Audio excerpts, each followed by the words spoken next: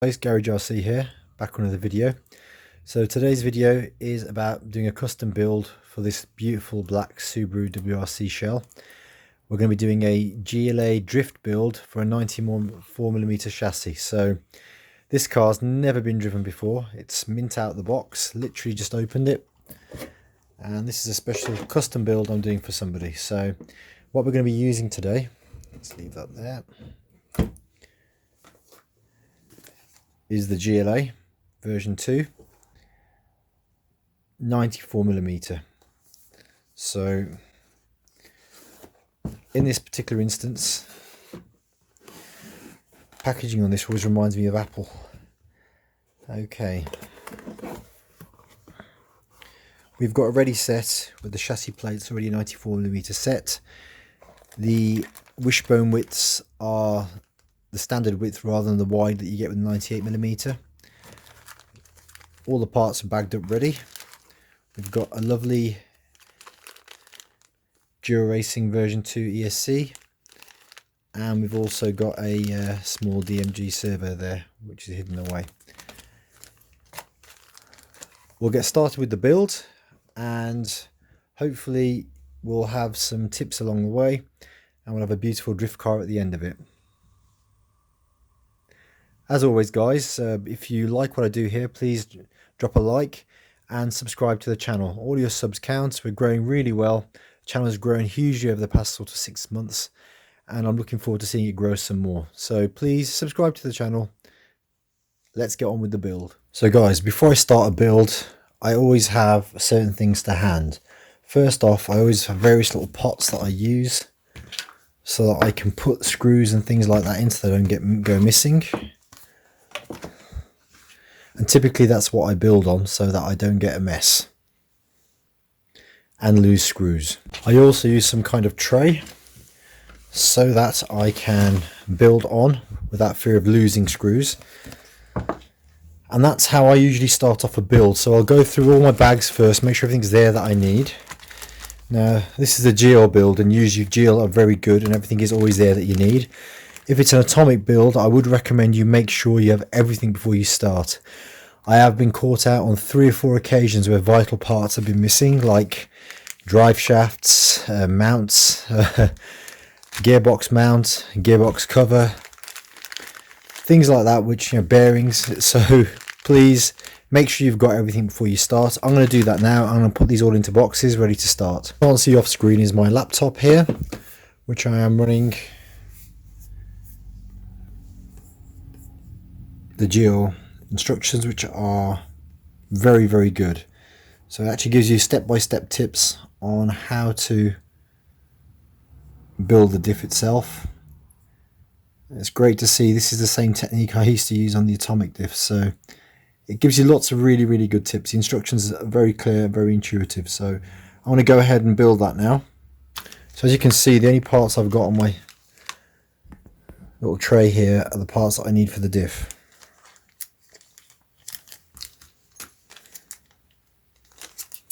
So off we go. First tip is make sure the bearing is already in the actual diff wheel there, the center diff gear. Goodness, where is my... Right, so, and the bearing size, it's written on there very clearly and you can find it easy in the pack. It's 3 by 6 by 2mm, but it's written on the instructions pretty well. Okay, that's my first tip. Make sure you got your diff grease to hand. Now there's a little plastic nut here that you're supposed to put into the back of this bit first, and it keeps falling out while I'm trying to do things, so I'm leaving it out for now. First thing I'm going to do is put a little bit of diff grease on this, because it just helps hold everything together, so that when I put my first diff plate on, it doesn't fall off. Okay. Rotate it around until it seats on nicely and it will find its own place. Okay, main gear is on. There we go. That's the first part. Now I always put a bit of diff grease on here as well, and the reason I do this is I usually spread a little bit around with my tweezers. It's great to have a good pair of tweezers for this. These actually came with my soldering iron kit and they are fantastic. By spreading a bit of diff grease around, it just means that when you're putting the balls in, Here you can see I've already put all my balls in a little pot, so I'm not going to lose them. Don't be losing the ball bearings. Losing them can be upsetting at this stage of the game. You're just starting the construction, so keep your balls safe. Okay.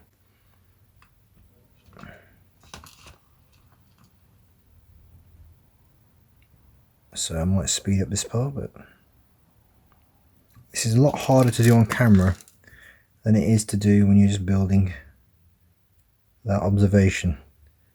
Camera gets in the way.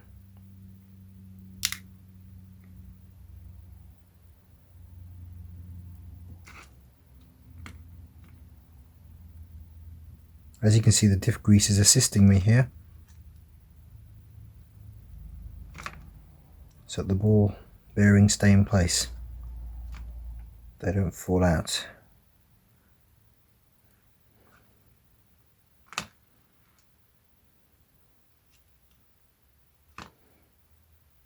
Okay.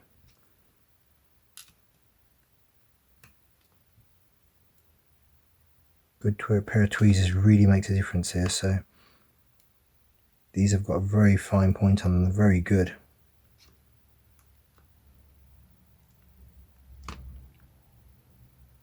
Okay, right, so we've actually got 3 spare ball bearings. That's lovely.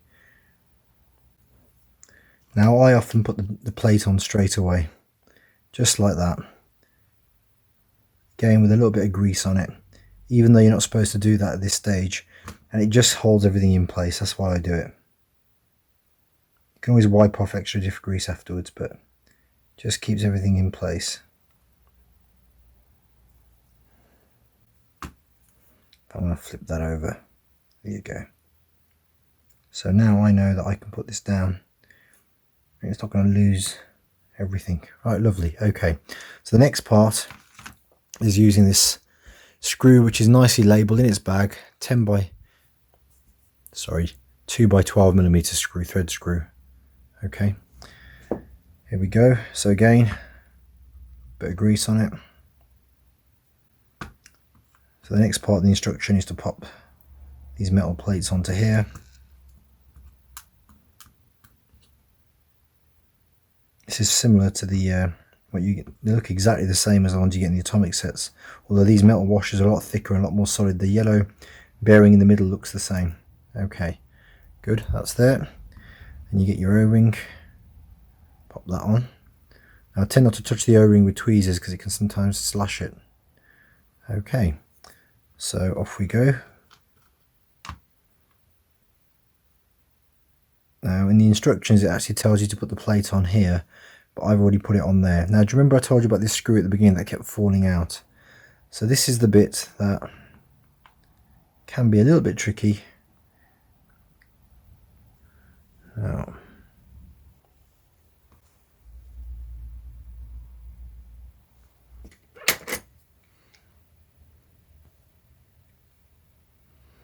so there's a little hex bolt that goes on the other side of this, and every time I put it in it slides out while I'm doing something, so I'm just trying to get that to stay in.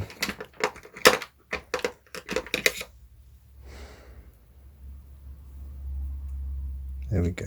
Okay, so I can tighten this screw here into it. I think once that binds into it, and then there we go.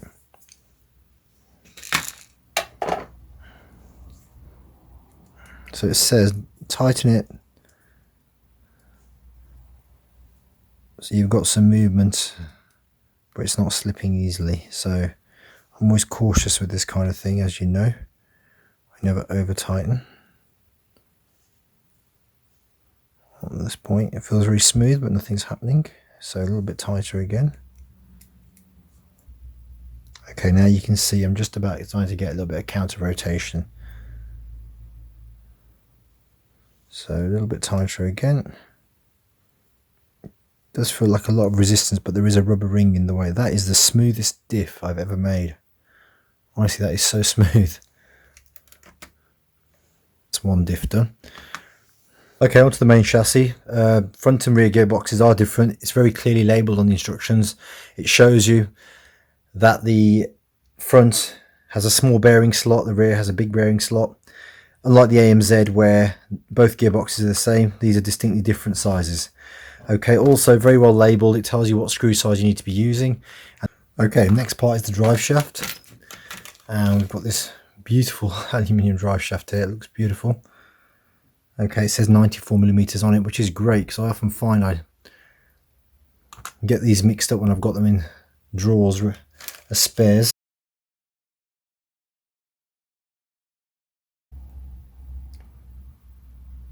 Wow, that's super easy again.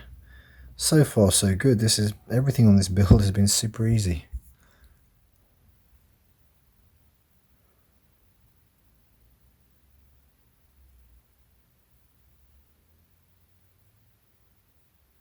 Oh, I see. Okay, so sorry about this. I'm going to show you this on zoom.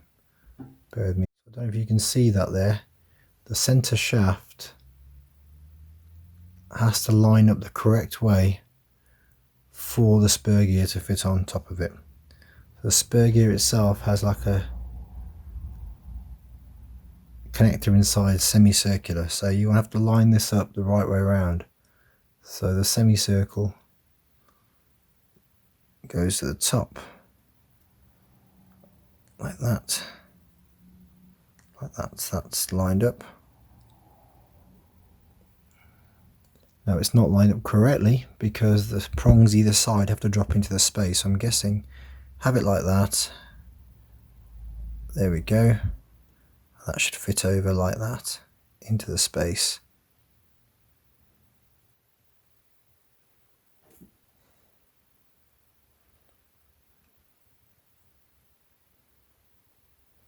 There we go. That is so neat. I love the fact that's purple and you can see it. Again, these issues, this is so easy to do, guys, really. Very easy. So here we go.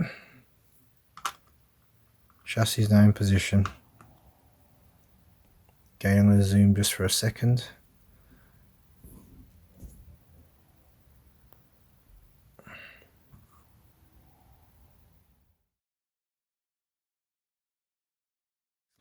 Front one-way diff. Now there is instructions on how to shim this. I just want to get the diff the right way around first, because in this gearbox you can put it either way.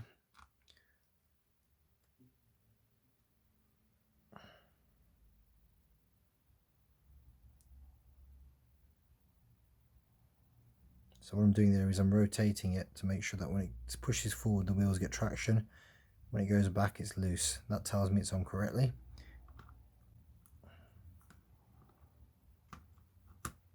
And the good news is that fits fine. A little bit of play in that feels okay to me. I don't want to have it too tight.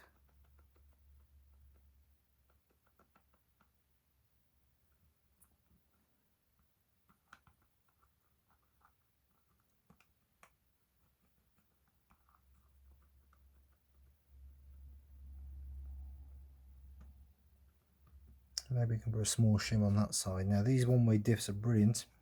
They actually come with their own shims. I've got a good stock of these. I've got about 20 of them. So I'm going to put a single shim.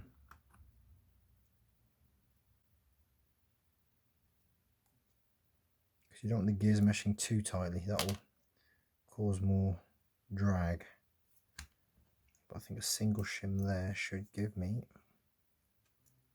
good control. That's better. Now again, the GL Racing have thought of everything, and they even recommend which shims to start diffing, the shims to use on the diff first, but they're all labelled very well. So you've got bags of them and every single one is labelled to make it very easy. So it suggests to start off with to use a 0.1mm shim on the left and a 0.3 on the right. So that's what I'm going to do. So just to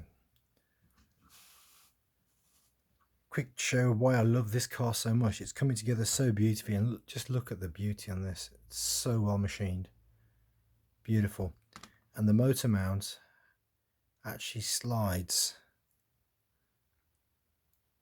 that's how you adjust it. So this is what attaches to the chassis, sorry. And then you adjust the sliding and position of the motor on that. So beautiful. If you ever try to do that on a AMZ, you know how tricky that is. It's a plastic overcover, and if you tighten it too much, the motor's too tight. This is actually sweet. So just another tip here quickly while we're working. When we're putting the ball heads into the steering crank, these things are notoriously difficult to get to line up and press in without them flying everywhere. So what I tend to do is, as you can see here, I've got it pinned down on a piece of plastic. I'm spinning this around while holding the Allen key still. What you find is when you do that, you get binding quick. Now you've got to do it the right way. So it's to the right. I can feel it's binding now. You see? So it says not to over tighten. I'm just going to do it till it barely touches. There we go. Sometimes when you had the Allen key in there, you go to take it out, it's almost jammed in. Don't try and force it, just gently wiggle it and it will loosen off. Just with the frictional fit, it sometimes locks in quite tightly.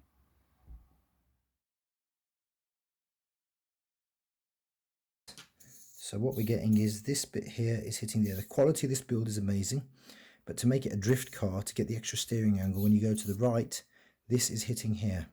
And I think it's because this servo is elevated. Also, you can't use a servo saver. Don't bother. I don't think there's any kit for Mini RC where the servo saver works, apart from the Mini Z, which is built in.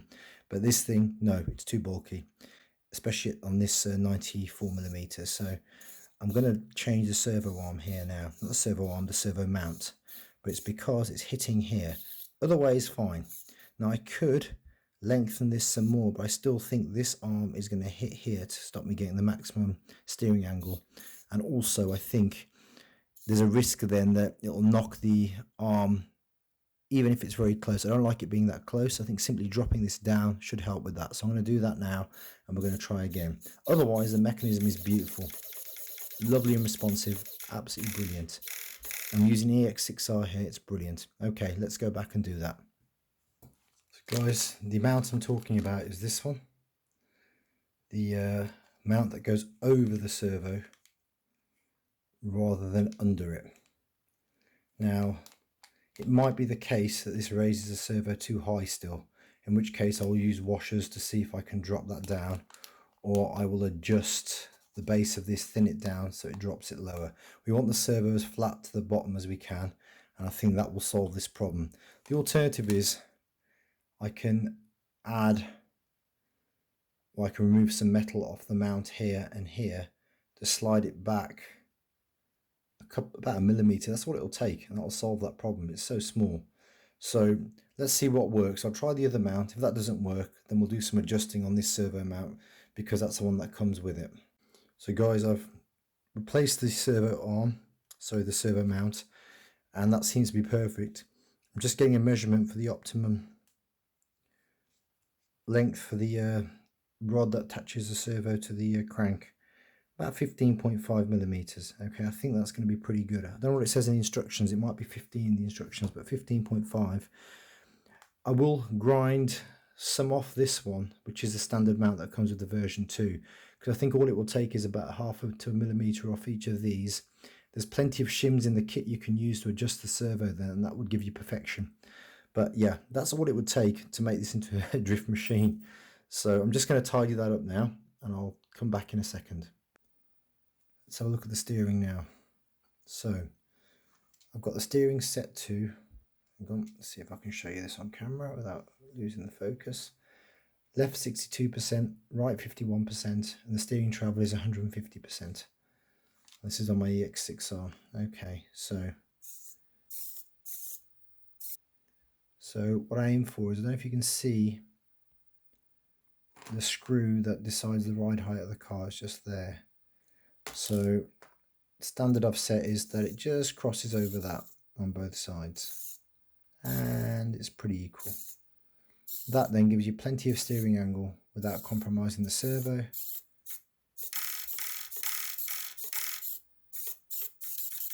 And that looks pretty beautiful. So I'm using the over mount. There is a gap underneath. You can put hot glue underneath that if you want to. but that required no adjusting of any metal.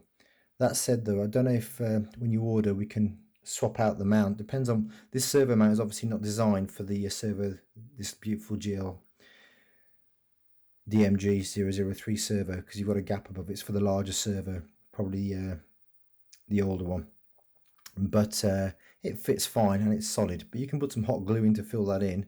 Alternatively, I don't think it would take that much work with the standard mount. Just take a millimetre off the outside edge here, either side, and then that will give you the space easily.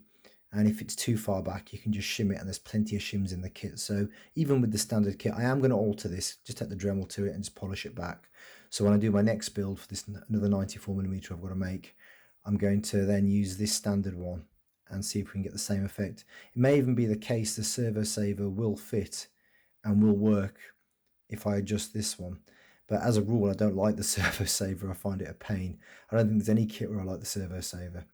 So yeah, let's see how we go. And this is for a pure drift build, so this won't be running on the RCP track. This is going to be running on super slippery surfaces for drifting freestyle. So guys, here I've used the over mount, and all I've had to do is use the regular servo horn that comes with that mount, included in the kit. Sorry about the messy video here, but I'm doing this on the fly.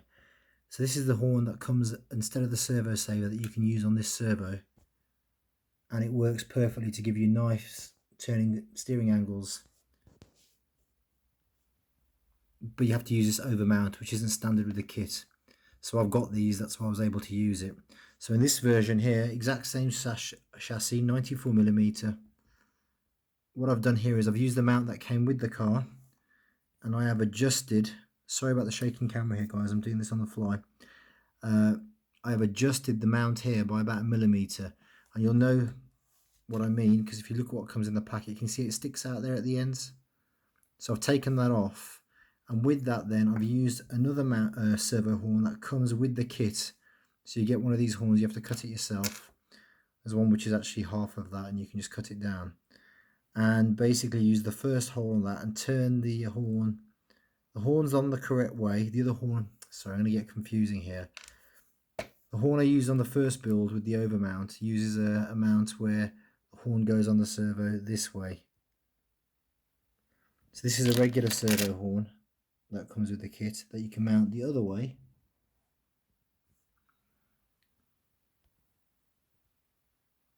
And with that one, you just have to put the ball end the other way around, and that works as well. And that gives you the same steering angle. So basically what I'm trying to say there is that you don't need to have the other servo mount. You can make do what's in the kit, and with a bit of tweaking, you've actually got a perfect drift car.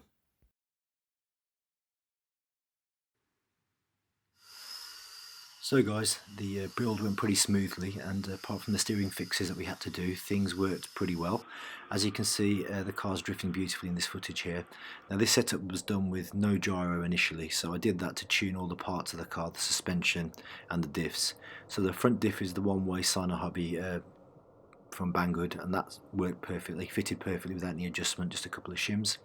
The rear diff is the standard diff, but it's tight, and even though it's really tight, you can turn it very smoothly, but it takes a lot of effort, so it might as well be nearly a lock diff. But it was pretty good, and considering it's standard out the kit, makes things much easier. The suspension settings were where I had to put a lot of effort in. I made them pretty soft, so I used one thick clip at the back on the shocks, one thin clip at the front, and that seemed to make the car really predictable and smooth. If you want to make the car turn in more sharply, add another clip to the front, make it a bit harder. If you want to make the rear end bite more, add another thicker clip to the rear or a thin, and that will make the rear end bite more. But this was a setup I liked.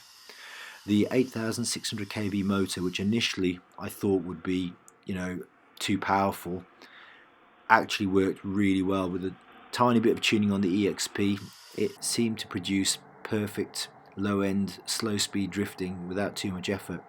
Okay, if you're heavy handed with the throttle, then it's going to be a bit harder, but it seemed to work pretty well, and that says a lot for the motor and the speed controller, that it can handle low power so well. Otherwise, everything else was as in the build video, and this white Subaru that's running here I think had the over mount. I can't remember off the top of my head, but they both ran exactly the same. and if you look carefully you can actually see as the car slides the suspension working, which is a beautiful thing to see. So generally the cars ran as I wanted them to, and the only issue I said I had with the 94mm was really the fact the servo saver that you get with it gets in the way. You can't use it. You have to use it with the extra arms that are in the kit, and you can use everything provided in the kit to make it work. Here I've got a 98mm GLA which required no adjustment of the steering system at all. You can use a servo saver and it works absolutely fine. The suspension settings on this were soft, and this is running with no gyro at all. I hadn't even installed it, and you can see it's running beautifully, very predictable. So if you want an all-round race car that can be made into a drift car, the 98mm GLA is pretty good. So on the whole, I really got a lot out of this build. I learned a lot more about the cars, but seriously now I'll be running the GLA as a drift car when we get our drift track built, which is still being built at the moment. But hopefully I'll have more videos with pure freestyle drifting as well as race videos on the RCP track. I'm not going to stop doing that. I'm just going to try and find more time to do both. So in terms of what the car comes with in the kit, everything is there to make it into a drift car. Obviously you need drift tyres and wheels, but in terms of the chassis setup you can do it with what's in the box.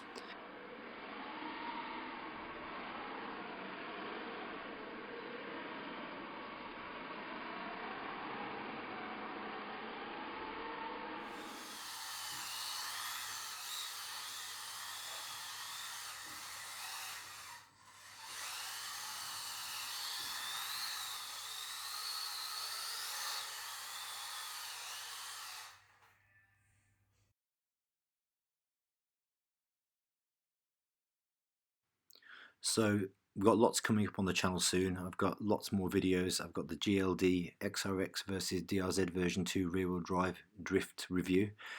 I haven't built those cars yet, but I've got them arriving next week. I've got a MA030 countersteer video in the pipeline, WL Toys Budget RC, MA020 videos coming soon, and we've got the drifting track that we're assembling as well. In the meantime, please subscribe to the channel. We need your subs. It helps the channel grow, and the channel has done so well so far. I am really pleased. Just take a moment to admire this GLA here with the setup. What I love about this car is how neat it is. When you look at it, you can see just the way the speed controller screws into the next to the motor. Such a clever little design, makes the car so well balanced and a joy to set up and drive. And everything about it is well put together. So in terms of what I think, the GLA is brilliant, and I think a lot of you have been telling me that for a while, but now I accept it. That's all for now, guys. Please like the video, subscribe to the channel, and I'll see you guys all next time.